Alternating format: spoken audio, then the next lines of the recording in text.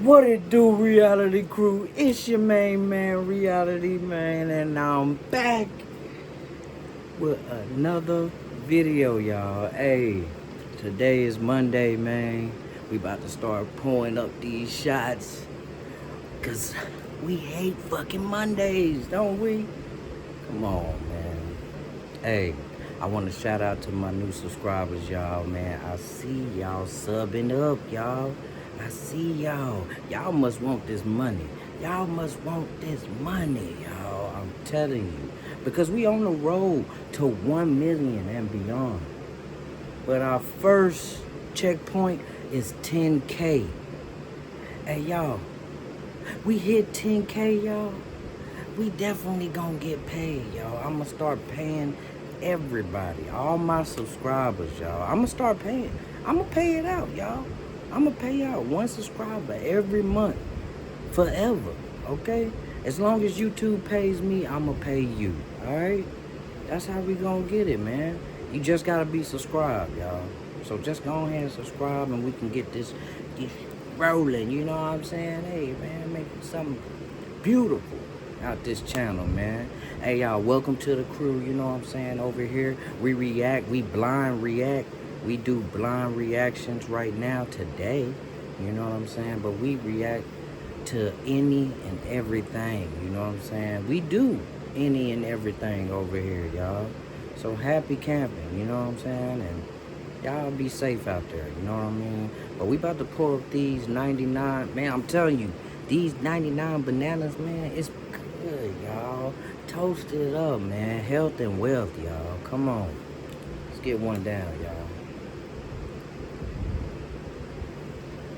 Viewer discretion is advised, okay?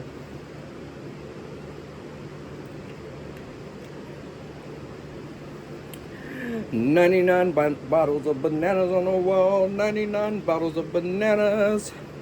We take one down and fuck, it's gone. 98 bottles of bananas on the wall, right?" Yeah, man.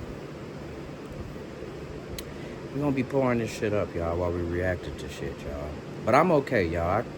I can go all day, y'all. Like, I could drink most of you youngins under the table, you know what I'm saying? Just make sure you out there drinking, enjoying responsibly. You hear me? But yeah, man, today's video comes from Wavy Web Surf, alright? Hey, man, shout out to you, man. I appreciate everything you do. Hey, man, you keep doing your thing, and I'm gonna keep doing mine. The title of the video is Real Life Superheroes That Became Criminals. Yeah, yeah, yeah, yeah. That became villains. The fuck is you talking about? That's the opposite of superhero, y'all. Villain, superhero. See where I'm going with this? But I ain't gonna hold you up too long, y'all. Let's get straight into this video. Today we'll be examining when superhero obsessions go a bit too far. Believe it or not, every day people dress up as fictional superheroes in the real world, and some even attempt to stop criminal activity and engage in vigilante justice while wearing eccentric costumes. However, in the effort of doing this, some real-life heroes have found themselves behind bars for crossing law enforcement, and others would even take a darker path, becoming villains and committing heinous crimes. Today, we'll be looking at various cases of real-life superheroes who have committed crimes. Sponsored by Private Internet Access. With threatening individuals lurking in all corners of the web, it's important to protect your... Hey, y'all. First and foremost, what makes somebody a superhero, y'all? Drop it down below if you know what makes somebody a superhero. Hey, y'all, I always do a little tobacco when I drink, man. Hey, it's all good. It's all gravy, okay? It's all good over here in the neighborhood, y'all.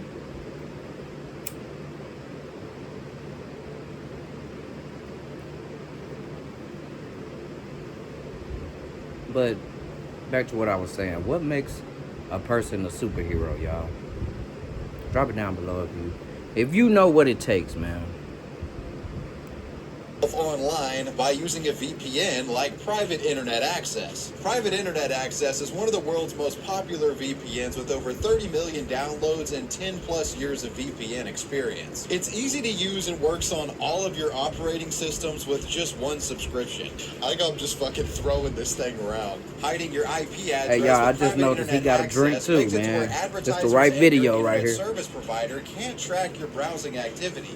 And it also keeps you anonymous and protected when you're using public Wi-Fi. They've got servers in 91 countries and a dedicated server for each state in the United States. Yeah, so that means you all can switch to the Tennessee server and hang out with your boy digitally. This server switching strategy can be used to bypass regional content blocks, which goes without saying has useful applications for streaming apps. When a show or movie you want to watch is region exclusive, just change your location and bam, now it's watchable. The last thing about Private Internet Access is that this company has a... Hey, y'all, for those who's watching overseas, I don't think y'all should try this because I think y'all get y'all head cut off if y'all try some shit like this. no logs policy, which means they keep none of your information on the back end, and this has been proven in court. So what are you guys waiting for? Take back your online privacy today. Click the link below to get 83% off Private Internet Access. That comes out to just $2.03 a month for the service. And that link will also get you 4 additional months free. My favorite superhero. Be involved in a negative Batman. way and basically allow this to happen, which makes you partly responsible, or will you be involved in a positive way and take a stand and say enough is enough, and you're going to put an end to it? Batman is without a doubt one of the most beloved and revered superheroes of all time, being the subject of numerous video games, comics, and movies. He's also unique from many of his other fictional peers because he has no superpowers, relying solely on a variety of gadgets alongside his own fighting skills. So it's perhaps unsurprising that some overly enthusiastic fans have attempted to mimic this cowled crusader in real life, thinking that they can emulate his heroic antics. This brings us to the case of Mark Wayne Williams, a man who lived in the small town of Harbor Springs, Michigan. Y'all, just by hearing his name, Mark Wayne, come on, man. He really, some people tricked him into thinking he was really Bruce Wayne, y'all. Come on. I'm seeing where this is going already, and I'm not liking it. Of 2011, a local news outlet reported that Williams, clad in full Batman attire, had the police called on him after observers noted him hanging off of the side of a building in the nearby town of Petoskey. According to law enforcement officials, the man was carrying heavy-duty weaponry such as a baton and other worrying melee items. Y'all, I'm sorry about pausing all throughout the videos and stuff, y'all, you know, dancing and shit. Come to death row. No, I'm just playing. I pause the videos, y'all, because, you know, sometimes we do have viewers on here that just don't understand the content as it's being said. I try my best to give my opinion on what's happening, and on top of that, I also like to have a like mind, you know what I'm saying? And say, oh, I was thinking that too. Yeah, well, you might have been thinking what I was thinking, you know what I'm saying? That just means, hey, we part of the crew. Immediately obvious what he planned on doing that night, the fact that he was dressed in a superhero costume led observers to connect the dots and correctly assume that he was attempting to dole out. Did y'all peep his outfit? This nigga might really be Bruce Wayne. Hold on. His own brand of vigilante justice, I guess. He was arrested and charged with trespassing, causing a disturbance, and carrying concealed weaponry, all the 1960s version, 1950. Which were incredibly serious charges that could land him in quite a bit of trouble. In response to the accusations against him, he was reported as stating, quote, "I realize this is a serious offense. I honestly had no idea that the items I was holding were illegal. I did not intend to harm anyone with these items. I swear that." Bizarrely, this wasn't even the first time he had done something like this, as it had been found that Williams previously masqueraded as a totally different hero. If you don't understand why he got in trouble, it wasn't necessarily guns, but any weapon that you have that's modified is considered illegal in the United States, y'all. So Just FYI. Supernatural avian-themed crime fighter called The Crow. His exploits as this fictional bird taking place years prior. The article ends off by claiming Williams was being held on a $20,000 bond. He later pleaded guilty to obstructing an officer and was given half a year of probation. A seemingly great deal, all things considered. Now, as this story began spreading around, people started referring to him as the Petoskey Batman, and the nickname would stick. While he hadn't hurt anyone or caused any major damage, the idea of a grown man running around town in a Batman suit loaded with weapons was something the local government was not all too fond of. And that being said, one of the major stipulations of Williams' probation was that he was banned from wearing the costume until it was over.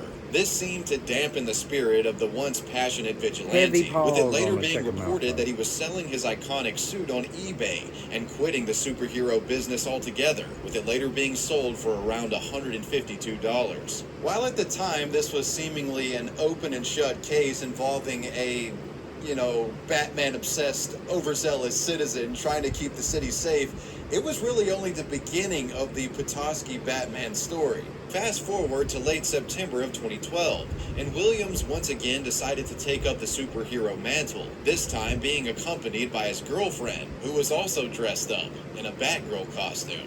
This pair would scour the streets looking for trouble, acting as a sort of glorified neighborhood watch, keeping an eye on the local community. One day, the pair stumbled across what they assumed to be a crime scene and launched their own investigation into what was going on, calling the police to inform them of what was happening soon after.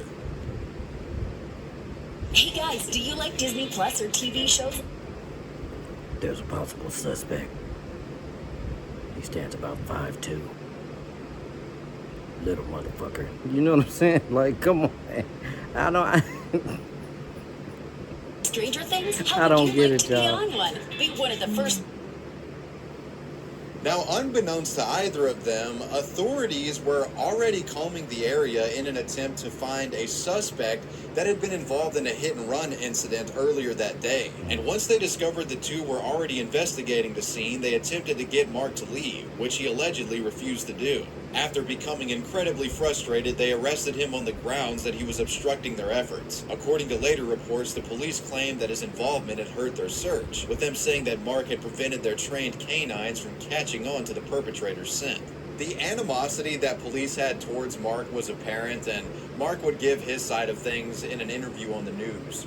He's very rude to me. He was telling me how, people are scared of me and they don't want me out there, and how I'm 33 years old and I need to just give this up and whatever. And, like I said, it seems like it was more about who I am than what I was, doing here. Whether or not he truly had interfered with their investigation is up for debate, but it was obvious that the local police were sick of Mark's repeated offenses, and they decided to throw the book at him in an attempt to get him to stop once and for all. Ironically, the buzz surrounding this case launched the Petoskey Batman story into the mainstream news once again, with even more people becoming aware of his actions more than ever before. While there were certainly a fair amount of people that were mocking Williams from afar, there were also those who believed he was simply trying to set a positive example, believing his arrest was totally unjustified. One of the most vocal supporters of Williams and his plight was another real-life superhero named Bee Sting, who also operated in the state of Michigan. In an interview with the news outlet ML Live, Bee Sting, whose real name was Adam Messo, stated, quote, "I really think this is an issue of they just don't want him wearing the costume. They don't want his participation. They don't value the fact that he's a citizen and has a right to observe and report something that's going on." The article also reveals that Mark was a member of the Michigan Protectors, a real-life superhero group that operated around the state. So, right now, I'm guessing, y'all, that this is like where they got the inspiration for that movie. If you know what movie I'm talking about, y'all, drop it down below. I just don't want to think right now. I'm sorry. But they got a Knights Templar in their establishment. Fuck, like, this is becoming serious, y'all. I mean, they got the protective gear. If you didn't notice, man, heavy pause on this. Batman had a cup on his nuts. I hope, and that would be the main thing I would be trying to protect if I was a superhero. You know what I'm saying? My nuts, because you know what I mean. If you're hanging low and you gotta jump some fences and shit, you don't want to your balls getting stuck on one of the prongs and shit. Like y'all, this is serious, y'all. Like, no bullshit. And for secret groups like this, I'm pretty sure they still operating, bro. Like, they in the trenches, bro. Michigan, bro. Come on, man. At archives of their website, you can see numerous other members who had their own unique backgrounds and costumes, with the site claiming that their goal was to, quote, inspire others to be more active in their communities. They also, interestingly, outright rejected the label of vigilante, despite the admittedly theatric personas and activity that they had crafted and participated in. Y'all, a glorified neighborhood watch, or HOA, if you're familiar. Mentioned hero, Bee Sting, has his own controversial history, previously being arrested after discharging a gun during a scuffle with another man after a dispute broke out between the two. Mark, or the Petoskey Batman, had reportedly helped raise money for Bee Sting's family during this difficult period, which explains Bee Sting's loyalty to the Petoskey Dark Knight. Now, as expected, Mark flatly denied the allegations that were being made against him by the police, and he would plead not guilty. You know, the Petoskey Batman, this real-life Batman, he's having similar issues with the police, just like the actual Batman was. I guess you could say he's really dedicated to the bit here. In November of that same year, True TV reached out to Williams and extensively interviewed him, asking numerous questions surrounding his persona and conflict with the law. Telling his side of events, he claimed that he had been cooperative with the authorities the entire time and was never even told the reason as to why he was being arrested, only learning this reason later on. In response to the claims that he interfered with the canine units, he stated that they didn't even show up to the scene of the crime until 45 minutes later, when he had already been placed into custody. This paints quite a different picture regarding the ordeal, but at this point it devolved into a situation where both sides simply refused to budge or admit wrongdoing. However, one very important question had been left unanswered. Why exactly did he feel the need to do all of this in the first place? Why couldn't he achieve his goals by acting as a normal citizen instead of dressing up like Batman? After being questioned as to why he felt the suit was necessary for his cause, Williams would respond by saying this, quote, "If I was out there doing it in jeans and a t-shirt, nobody would really pay attention. The whole point of me being out there doing this is to get people's attention and to get them to realize that it's up to everybody to take care of the community and make it better. The uniform gives me a chance to explain what I'm doing out here." While the news had been reporting on his escapades for quite a while at this point, this was one of the first opportunities for people to truly understand his motivations. While from an outside perspective, it may seem like Mark was an irresponsible nuisance who believed he could do a better job than police, it seems that he simply wanted to make a positive difference in his community. Somehow, despite authorities clearly wanting to severely punish him, the Petoskey Crusader would end up escaping with relatively few major legal repercussions. In December, it was reported that the prosecution would be dropping the charges against him if he agreed to plead guilty to a lesser trespassing charge. While one might expect this entire incident to deter Mark from ever donning his costume again, he made it abundantly clear that he would continue to carry out his solemn duty regardless. On April 28th of 2013, Williams would once again return to the limelight, this time posting a YouTube video of himself reaffirming his mission as well as directly responding to criticism regarding his methods. So I decided to look at some new wheels for the truck, went into Rent a Wheel. Hey y'all, if y'all sticking with me, man, and you're new to the channel, go ahead and subscribe right now, y'all. Awesome. Check out all the different styles. We often get asked questions about, like, what's wrong with us and why can't we just, become police or EMTs and help people that way? Well, let me answer those questions. One, there's nothing wrong with us. We saw a problem in our community, we go out, we try to help. We try to make a difference. The people that have something wrong with them are the people that sit idly by and watch things go to hell and don't do anything about it. The people that know that their neighbor down the hall is getting abused and say nothing. The people that know that there's a meth lab down the road and do nothing. They say, oh, I don't want to get involved. Well, let me tell you something. If you know about it, you're already involved. The only question is how. Will you be involved in a negative way and basically allow this to happen, which makes you partly responsible, or will you be involved in a positive way and take a stand and say enough is enough, and you're going to put an end to it? He would also make a return to the local news cycle, appearing in an interview where he recounted many of his prior controversies and to promote his social media pages. When asked about his relationship with the police now that the dust had settled, Williams had this to say. What's your relationship now with local police? The city police, I don't have much interaction with the state or the county. Okay. But I see the city police quite a bit because I'm usually within the city limits, and I have a great relationship with them, you know. If they need help, you know, keeping their eyes out or whatever, there have been a few times they've asked me to keep my eyes open, and if I see something, I call and report it, so. Okay, that's good to hear, though, because I know it was a little rough for a while. But, Oh, yeah. You have a... The difference that I see right away is that he's more public than Batman would ever be. You know what I'm saying? Batman had dual personality. You know what I'm saying? Like, you know, he was Bruce Wayne, and then he was Batman, the Dark Knight. And so, Mark is very public with this, y'all. And so that scares me, you know what I'm saying? For him, for his sake. Just so much that if the police are out there, and this is something I like to bring up all the time, man, is that that's the police's job, is to protect the community. And when no crime is going on, they don't have no calls, what do you think they're doing? They're watching us. You know what I'm saying? And if they have a radical like the Potofsky Batman, then they're going to be watching them. You know what I'm saying? And that's probably one of their main duties, is to go to Mark's house and sit on him and see where the fuck he's going to. You know, because in conjunction to his vigilante style heroism, you know, he is committing crimes. Okay, let's just put this into perspective of what I'm saying. If you know that there's a meth house down the way, right? And you can't prove it, but you just know, so you see all the traffic, you see everything going on.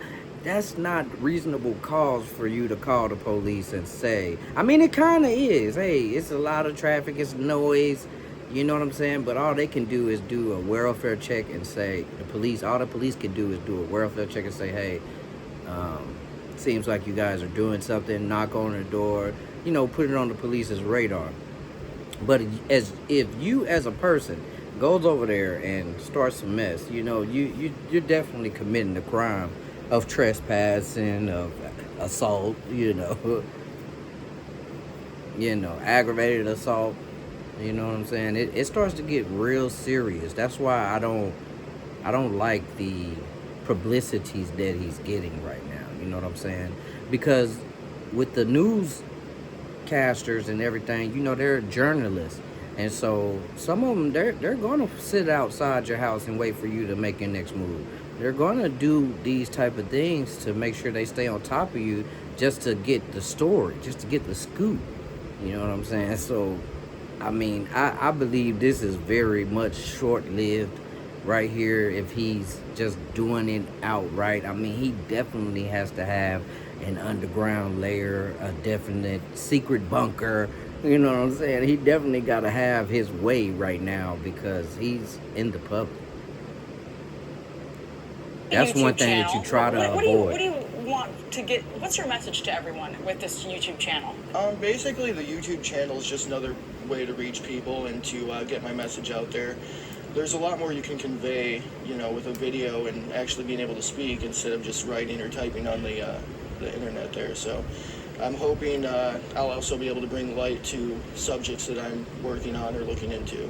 While he would go on to state he hoped to use his YouTube channel as a platform to spread his message, it seems that he would abandon this idea, with only one video ever being posted to it. This unfortunately wouldn't be the end of the hardships faced by the masked Michigan vigilante. As stated earlier, the hero Bee Sting was one of Williams' ardent defenders during his difficult legal proceedings. In 2014, however, it was reported that the two had a falling out over the leadership of the Michigan Protectors. Sadly, it seems that this argument between the two was so intense that it actually led to the disbandment of the group altogether, with the Petoskey Batman once again standing up against crime, all alone, like the actual Batman does in Gotham. In situations like these, the social media pages of those involved become inactive or are deleted and lost to time. But interestingly enough, the Petoskey Batman still posts on Facebook semi-regularly to this day. While it's unclear if he continues his patrols in the same way that he did over a decade ago, it appears that he hasn't lost his enthusiasm for promoting positive activism, with this story becoming yet another fascinating footnote in internet history. I believe that was a good move by the Petoskey Batman, y'all. I mean, now his name is out there about fighting crime. If you hear about that, man, and you're doing crime, man, that's something that you're keeping on your radar now. You like, I literally can have Batman foil my plans.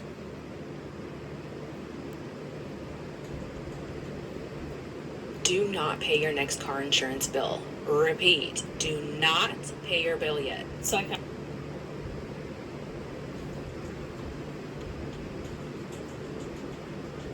If you've ever done research into the topic of real-life superheroes in the past, there's a high likelihood that you've stumbled across the story of Benjamin Fodor, known primarily by his superhero alter ego, Phoenix Jones. For a brief time, he was revered as a beacon of hope within the confines of his own city, only to eventually ruin his reputation and become a prime example of how fame and influence can corrupt morals and cloud judgment. But before we can truly understand how Phoenix became such a polarizing figure, we must look at his background and origin.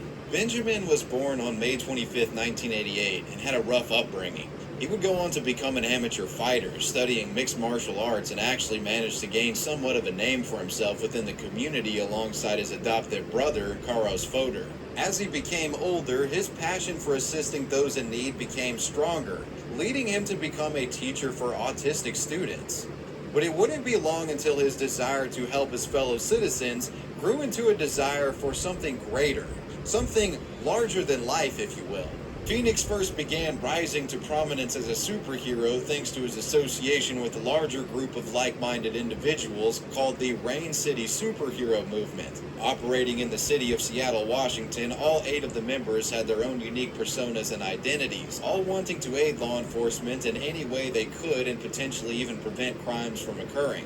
Jones himself stated in a 2010 interview with the Daily Beast that one of the main motivators for him starting his crime-fighting career was an incident involving his car being broken into. After going to investigate his broken window, his young son allegedly cut himself on accident. After this incident, his father decided he would try to do something to curb the rampant crime occurring in his city. Even from the very beginning, police and the press alike expressed a great deal of hesitancy towards their mission, believing that the group may become more of a liability and hindrance than anything else. Police are perplexed, worried the group will turn into vigilantes, and skeptical that they've ever actually stopped any crime. Our concern is if it goes badly, then we end up getting called anyway, and we may have additional victims. To be clear, Phoenix had been engaging in the superhero business for a while at this point, but had largely gone unnoticed with very little press coverage being done on him. However, once news outlets began to dig deeper into this story, they realized the potential and began to scrutinize the self-proclaimed crime fighter closer. His suit looked like something straight out of a movie, featuring a bulletproof vest as well as various other heavy-duty equipment, all designed to prevent himself from getting seriously injured. Police were aware of his identity at this time, but had not yet revealed it to the public, possibly in an effort to prevent Jones from becoming a target for criminals and putting him in harm's way, or perhaps they didn't want to encourage his activity. The strangeness of his actions, as well as his willingness to talk to the press, soon made him a rising star, with his escapades being documented by the mainstream news outlets. In January of 2011, it was reported that Jones had stopped a carjacking, intervening and chasing off the would-be thieves before police had a chance to arrive. And you just start sticking it down inside between the window here and the rubber strip. Dan was calling 911, but help flew in before he finished dialing. From the right, this guy comes dashing in, just wearing this skin-tight, rubber, black and golden suit, and starts chasing him away. This was a clear turning point, as he had actually proven that he could do good work that benefited those around him. Positive press such as this would continue to be a common theme with Phoenix Jones, and he would accumulate a fan base of folks who liked and respected him for actually taking a step in, doing some good in his community, doing what he thought was right. Reports such as this all boosted his reputation, with Jones becoming a sensation, and he was often recognized by people on the street who were familiar with his antics. However, there were numerous concerns from critics as well. While most of them acknowledged that they appreciated the sentiment behind what he was doing, many believe that intervening in dangerous situations should be left up to law enforcement and not private citizens. Many of his adventures were also caught on camera due to the involvement of self-proclaimed filmmaker Ryan McNamee, who documented many of the real-life superhero escapades, uploading many of these clips onto social media. To this day, numerous of these videos remain on YouTube, providing some interesting insight into the early... If you don't know, this is kind of like going where Spider-Man goes, where he does his own photography and reporting. Big with Zinn in the Win with Zinn sweepstakes. You could win $100,000 or insight into the early days of Phoenix Jones. However, not everyone approved of his methods. While it's to be expected that there's going to be a fair amount of skeptics in the press, he was extremely controversial even within the community that he was a part of. An article published by the Wall Street Journal in February of 2012 revealed that other heroes such as Night Owl and Zetaman disapproved of Phoenix's tendency to involve himself in dangerous situations. They were part of a completely different organization called the Real Life Superhero Group, being one of the rival superhero's top critics throughout his rapid rise to fame, with Night Owl himself stating, quote, "Whether intentionally or not, he's representing the superhero community now, and that makes some people nervous." The two groups reportedly attempted to bridge the divide by patrolling together, but this only ended with relations between them becoming worse, with Night Owl's superhero group completely distancing themselves from the I literally can see his face. Movement. All in all, it was clear that they were unimpressed by the Rising Star's philosophy, believing him to be a bad representative of the cause, as their work was more centered around charitable action as opposed to physically mimicking their fictional counterparts and, intervening on crimes in a vigilante type way. Towards the end of 2011, it would seem that the suspicions of his critics would be proven correct after a particularly controversial incident took place. As the story goes, a group of individuals were dancing in the street in the early hours of the morning and were shocked after a masked individual approached and began pepper spraying them for seemingly no reason. This obviously angered them a great deal, with the situation rapidly escalating. Phoenix Jones, the city's most prolific superhero, complete with a full-body costume, running to help others. Jones says he thought it was a fight and tried to break it up. The whole scene is being captured by Ryan McNamee, a documentary videographer. Let's see, he did use spray, but only when things were out of control. McNamee says the crowd Jones thought he was helping turned on him. Watch out. And it's Jones's use of pepper spray that police say led to his arrest for assault. The mysterious man who approached them was none other than Phoenix Jones, and he faced a significant amount of backlash for his actions here. He would go on to defend himself by claiming the individuals involved had actually been fighting, and he only had been trying to break them up. However, Jones's account of events completely contradicted what the victims had to say. Police also took this opportunity to reaffirm their initial fears about Jones and his style. In the police report about the incident, the officer wrote that Jones has had a history of injecting himself in these incidents. Recently, there have been increased reports of citizens being pepper sprayed by Jones and his group, adding that Jones has been advised to observe and report incidents to 911. He continues to try to resolve things on his own. While he had called 911 after the alleged fight had been broken up, many still believe that it was irresponsible for him to insert himself in a dangerous situation, especially using any sort of weaponry. Yeah. As a result of the conflict, the now 23-year-old man was arrested and charged with assault, but he was released from jail after posting bail. In the ensuing legal battle, the true identity of Phoenix Jones was revealed to the public, with many being shocked when they found out who he actually was. Meet Phoenix Jones, self-styled superhero and self-proclaimed defender of Seattle. The comic book vigilante who has ended up on the wrong side of the law after being accused of assault dramatically unmasked himself outside one of the city's courts on Thursday, revealing the man behind the mask, Benjamin Fodor. I'm Phoenix Jones. I'm also Ben Fodor. I also protect the city. I also am a father. I also am a brother. It was also soon reported that he would unfortunately lose his job as a teacher. While some believe that this was unjustified, it was perhaps inevitable. One could also make the argument that this all was for the best. If he was consistently involving himself in danger, he could also inadvertently lead danger to the children that he was trying to teach. You piss off a villain and they come for your class. This incident was a good indication of what was to come for the Crime Stopper, with this only being the start of his many controversies. One thing that's important to note is that throughout his entire career, Jones had been supported by his romantic partner, Purple Rain. Purple Rain. Okay, now, for him to show up to court with this mask on, y'all, I know the public officials had a field day. Like, I just know that they were cracking the fuck up. And what you seen, that clip of him talking to somebody while he was sitting down in court with his mask on, was probably her saying, "Sir, I'm sorry, but you have to take your mask off in this." He getting real serious, and that's probably what happened. That's probably why he had to reveal himself. You see what I'm saying? She was another hero who was a member of the Rain City superhero movement. Her primary goal was to promote awareness surrounding domestic abuse. Now, back to what I was saying, y'all. The public knowing exactly who you are and what you're doing, that definitely gives people a heads up, man. And that's a warning for you. You know what I mean? Things are gonna start getting serious, man. And I hope that suit that he has on is bulletproof, because I'm pretty sure this is what's gonna happen. Now, the title of this is When They Become Criminals. They're all criminals. You know what I'm saying? Because nobody has the right to intervene in something like that. I'm telling you, even citizens' arrest, it's like limited. You know what I'm saying? You definitely have to call the police, y'all.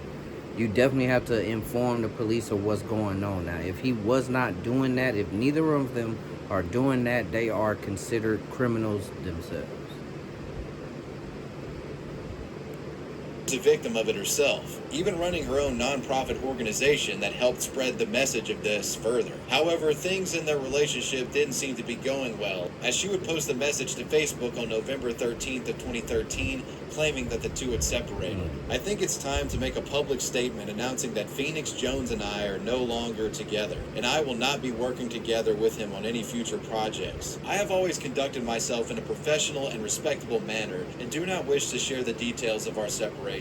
I wish Phoenix and the RCSM the best of luck in their future endeavors. This would not be the end of Phoenix's struggle to maintain positive relations with his peers. In 2014, it was reported by news outlets that the Rain City superhero movement, the group that Phoenix had been the leader of and spearheaded for years, was officially breaking up. Hey, y'all, that guy over there was tough looking, dude. And I go hold you up. The eyes, he kind of looked like, remind me of Scorpion or something. Like, that camera worked for him on that shot, y'all. Himself accused many of the heroes under him of not following proper procedure, claiming that many of them even carried illegal weaponry. something that was obviously a problem for a group of individuals trying to operate within the confines of the law. However, former members such as Shockwave and El Caballero accused Jones of stealing their property and being a generally poor leader who had mishandled his role in the group, indicating that there were some other serious problems going on behind the scenes. Though these situations certainly didn't help, this would be far from the event that truly destroyed his reputation, at least in scale of, well... As you can see, Teemo is a very small, tiny little character, and in fighting games, that you... Not being very I'm gonna rewind superhero-like. that. He I'm gonna rewind regained this quite a bit of just a recognition little after bit. reigniting his passion for martial arts in 2015, officially signing on the World Series of Fighting and performing under a superhero name, as opposed to Benjamin Fodor. Despite this, the be far from the event that truly destroyed his reputation, at least in scale of, well, not being very poor leader who had mishandled his role in the group, indicating that there were some... And this is what I'm saying. Taking me back to that guy that was unmasked. You have like the Dark Knight, the Maroon Rider and everything, and then you have Kyle right there in the unmasked and everything, man. You definitely gotta have your face covered up, man. I'm serious. Cause if not, dude, like you're begging for it already. Your mission has ended before it begins. Serious problems going on behind the scenes. Though these situations certainly didn't help, this would be far from the event that truly destroyed his reputation, at least in scale of, well, not being very superhero-like. He regained quite a bit of recognition after reigniting his passion for martial arts in 2015, officially signing on the World Series of Fighting and performing under a superhero name, as opposed to Benjamin Fodor. Despite this, the general coverage and fanfare surrounding his initial burst onto the scene had greatly died down, and outside of a few miscellaneous articles and reports documenting him, Phoenix was talked about much less. It wouldn't truly be until 2019 until it was officially confirmed by Benjamin during an interview with the NW Nerd podcast that he was retiring Phoenix Jones for good. When asked about his reasoning for doing so, he would state, quote, "In the end, there's not a balance. It doesn't make sense. I've seen it on the streets. I've seen what people do to each other, and I live with it every day. Every day, I live with horrible, horrible things. And I think to myself, I've made a difference. But America didn't make a difference. It didn't make a difference." While his retirement came as no surprise to onlookers, one thing nobody expected was for Fodor to be exposed as the very thing he had fought against for years. Apparently, he had been known to deal drugs by various individuals, something that was baffling considering his very well-known identity as a crime fighter who had consistently rallied and spoke against drug-related crimes in the past. Police would arrest Benjamin Fodor on drug charges after the man allegedly sold drugs to an undercover agent. He was of course arrested and charged with this being a definitive nail in the coffin for his already tainted reputation. While he did accomplish some good within his community for a brief time, it's clear that despite his best efforts, Phoenix Jones has become something of a cautionary tale in the online community and the superhero community at large. His innumerable controversies, as well as the continuous stream of criticism being levied towards him and his methods, has left an undeniable stain on Phoenix Jones's legacy. Today, he still maintains a very low-key internet presence and has seemingly backed away from his once brazen persona, preferring to simply promote goodwill as opposed to taking the law into his own hands.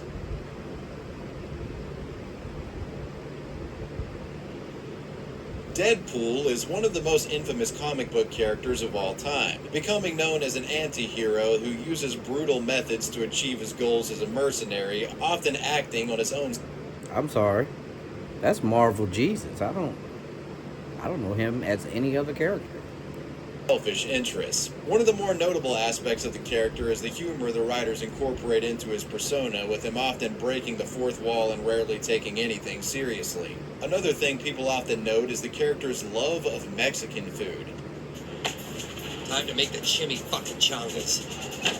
With it being a running joke amongst his fan base and even at times being a part of official merchandise. It's somewhat ironic then that a deranged individual decided to wear a mask depicting Deadpool while committing a Mexican food-related crime. As the story goes, on July 25th, 2017, a disgruntled ex-employee who had previously worked at a Taco Bell in Bel Air, Maryland, decided he would take matters into his own hands and rob the establishment. Donning a Deadpool face mask and equipping himself with a bat, he gained access to the restaurant in the early hours of the morning after ambushing an employee throwing out garbage, proceeding to lock all 3 employees of the Taco Bell working at the time into the food locker and threatening them until he was given access to the store's safe. Where's the fucking chimichangas? He escaped the crime scene, with police soon posting a warning to Facebook asking citizens to stay on the lookout and report any suspicious activity to them. After a few days, it was reported by authorities that the Deadpool robber had been captured and arrested,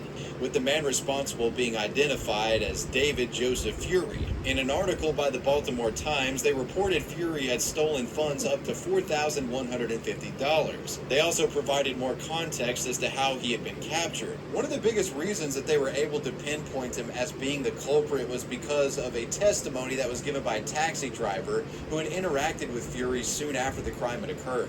According to the article, she became incredibly suspicious after driving him to a local casino. After an argument broke out between the two about payment, Fury, who was incredibly drunk, allegedly tried to pay her using money from a suspicious-looking bag. Now, obviously seeing that much cash in one place was like a huge red flag, and after questioning him, she claimed that the individual outright admitted to getting it from robbing a Taco Bell, just straight up confessed to the entire crime. This, alongside other circumstantial evidence, such as him owning a pair of flip-flops that the robber of the Taco Bell had also been seen wearing by the employees of the restaurant, as well as his previous work connection there, allowed the police to easily track him down. He was charged with several counts of burglary, theft, and armed robbery, being released on a $30,000 bail soon after.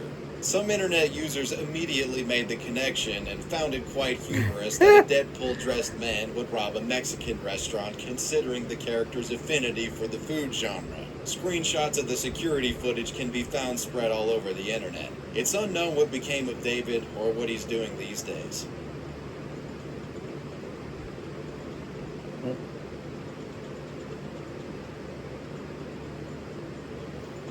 While most people try to emulate superheroes to do some good within their communities, there's some on the other side of the spectrum who attempt to use techniques from their favorite... Now, the red mask, y'all. Come on now. Batman? No. There's a mix of Robin in there. Badabin. I don't know. What you think? Drop down below the names of that superhero character right there, bro. It's not Batman. No Batmans. Drop the name down below.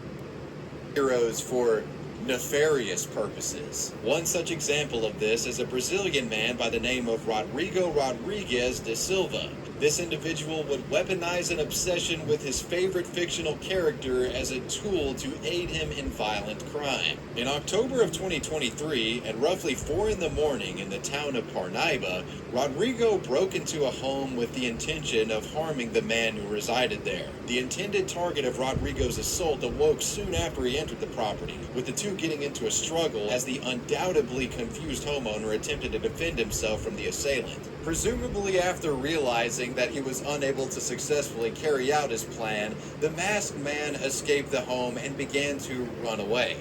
Unlike his fictional counterpart, he seemed to lack the ability to hide in the shadows and was soon caught by the local cops. Upon questioning, it was reported that Rodrigo referred to himself as a Punisher, which could potentially be a reference to another anti-hero of the same name, though this isn't exactly clear. The most notable feature about the man was his admittedly ridiculous-looking outfit. adorned with a poorly fitting outer cloak and a red mask that looked reminiscent of something Batman's sidekick Robin would wear. He completed the look with Batman's signature gauntlets. He also possessed what appeared to be batarangs as well as a knife, and allegedly had even used a metal bar during his assault. He was immediately booked and charged with attempted murder, most likely due to the fact that he had a potentially deadly weapon during his fight with the victim. One of the more puzzling aspects of this story is that it's still unclear as to what his exact motivations were when attempting to carry out this crime. But there are some indications as to why it may have happened. As the Daily Mail points out in its article discussing the incident, a drug raid had been carried out by authorities in the nearby country of Peru a year prior that involved them dressing up in superhero costumes to avoid suspicion as they approached a suspected drug den. The plan had been a massive success and was of course highly publicized, so it was entirely possible Rodrigo saw what they had done and figured he could accomplish something similar, perhaps hoping to achieve some of the same success. Regardless, whether it was an attempt to bring about his brand of justice by attempting to punish a wrongdoer or a case of him simply attacking a citizen at random, it's undeniable that Brazil's real-life version of the iconic DC hero fails to live up to the Batman name. The web-swinging superhero Spider-Man is a character that has enjoyed a significant amount of popularity ever since his inception back in the 60s. Anybody at least somewhat familiar with the hero will know that one of his powers is to climb on walls like a spider. This is purely fictional and impossible for a regular human to complete beyond normal means, but that didn't stop one determined man in the early 1980s from trying. Dan Goodwin was born on November 7, 1955 in Kennebunk, Maine. He would later reminisce that as a child, he would often get into trouble with local police after climbing incredibly tall trees, though he never got into any serious trouble, as he was easily able to evade law enforcement's efforts to capture him. His journey into becoming a revered, larger-than-life figure began in the year 1980, after a devastating fire in Las Vegas took the lives of 87 people at the MGM Grand Hotel. It was a horrific tragedy that made a massive impression on those who saw it unfold. Dan, who was 25 years old at the time, witnessed how the ladders of the fire trucks attending to the situation were unable to reach the higher floors of the building, therefore making it nearly impossible for them to save people's lives. After getting into an argument with the chief of Las Vegas Fire Department over methods to solve this issue, Goodwin was struck with an idea. He would perform an act or a publicity stunt to garner attention to what he perceived to be an important issue that impacted all who worked and lived in high-rise buildings and skyscrapers. He began to set his plan in motion. On Memorial Day of 1981, Dan suited up in a Spider-Man costume and equipped himself with rudimentary suction cups, with the idea being that he would climb the Sears Tower in Chicago, an iconic landmark known around the world for its incredible height. Despite the obvious danger associated with undertaking such a task, Dan decided that he was going to send a message. He was going to climb to the top of that building. Of course, the sight of a man scaling a building wasn't exactly something you see every day, with many passerby onlookers stopping and watching in awe, with the authorities being alerted soon after. Despite numerous attempts to negotiate and get him off of the building, it was decided that it would be better to allow him to simply finish his climb, with the stipulation that scaffolding be allowed to be underneath him at all times in the event that he fell. He never would fall, and when he reached the top of the building, he was met with law enforcement and was promptly arrested, hauled away in handcuffs. The press went wild with the story, the sheer absurdity of the situation making it instantly memorable. Dan had achieved his goal of drawing attention to his cause, but the question remains, what was the cost going to be here? From a legal perspective, while he had put himself in serious danger and caused a massive public spectacle, he was given a lenient punishment and was only fined $35 for disorderly conduct. Afterwards, the public nicknamed him Spider Dan, and he quickly became an icon amongst the general public. At this point, you might expect the story to end. After all, Goodwin had made his point very clear and had proven himself as a devoted activist to the public. However, much to the shock of everyone, he wasn't quite done yet. Thanks to the success of his first endeavor, Dan decided to attempt to climb another exceedingly tall building within the city called the John Hancock Building. He planned to attempt this on November 1st. However, Now this one is just wild, y'all. I have an exceptional fear of heights. I just wouldn't be able to do it, y'all. I would be scared the whole way. I'm not gonna hold you up. It's like the only thing that I'm scared of in this life is heights, y'all. I just hate heights. I don't get the parachuting, the paragliding. I don't get none of that, y'all. I don't get none of that, y'all. I believe that you're just tempting death at every stroke of. Even what happened with I Show Speed, where his bungee cable was broken, man. It's only a matter of time before that type of shit happens, y'all. It's only a matter of time, y'all. And I always remember that, y'all. It's only a matter of time. They don't check those damn things, especially the lines and the cords that they're using. They don't check them, y'all. They just let people just go out there and they haven't replaced them. You know what I'm saying? Fuck a check. Replace them bitches every single jump, and then maybe I would consider bungee jumping. But if they don't replace them after every single jump, y'all, I'm out. That he encountered some equipment failures prior to his climb and had to postpone this until November 11th. On November 11th, he was fully prepared, and as he began making his way up the John Hancock building, a crowd once again formed, and the authorities were of course called in. Like before, they attempted to convince him to stop climbing altogether, but this time they employed considerably extreme methods to achieve their goal in stopping him. It got to the point where the fire department actively sprayed water at him in a desperate attempt to prevent him from making any more progress. Y'all, no fire crew. No, that is what you don't do. You don't fucking, while he's hanging off a fucking wall from suction cups, the only thing, y'all, do you understand that if you fucking put some slippery shit under suction, it's not a suction anymore?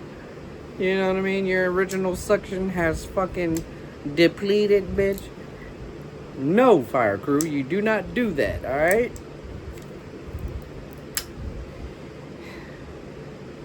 This city definitely became tired of this guy.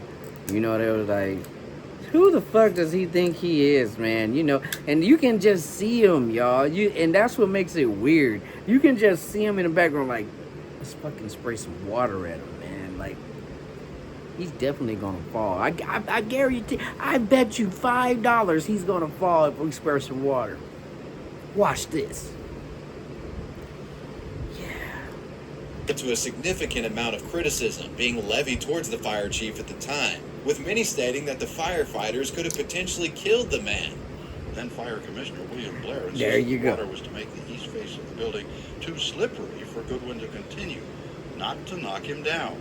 I think that he has taken a terrific risk, and I think he's setting a bad example for an awful lot of kids. And somebody is going to try this someday that isn't nearly as capable as he is, and it's going to be dangerous. Years later, in an interview, the former chief of police revealed what his thought process was at the time. I basically asked him, what the hell do you think you're doing? Regardless of what the purpose of the spraying of the water may have been, it gave everyone the appearance that they were trying to wash him off the side of the building. And I told him, you're nuts. And I said, you're making the fire department look really bad with this technique. And you want to know what the fire guys were yelling at me from the wash machine? I hope you fall. However, after the mayor arrived and mediated the situation, Goodwin did eventually reach the top without issue and was once again handcuffed. Reach the top. Come on, Spider Dan. While he had escaped last time without any major legal ramifications, he wouldn't be so lucky this time around. Being put on a year of probation, with the main clause of it being that he was not allowed to climb buildings in the city of Chicago. This was a more severe punishment, but it could have been worse. Yeah. He could have walked away with a felony. After this stunt, Dan was now even more revered by fans and was even more disliked by local law enforcement.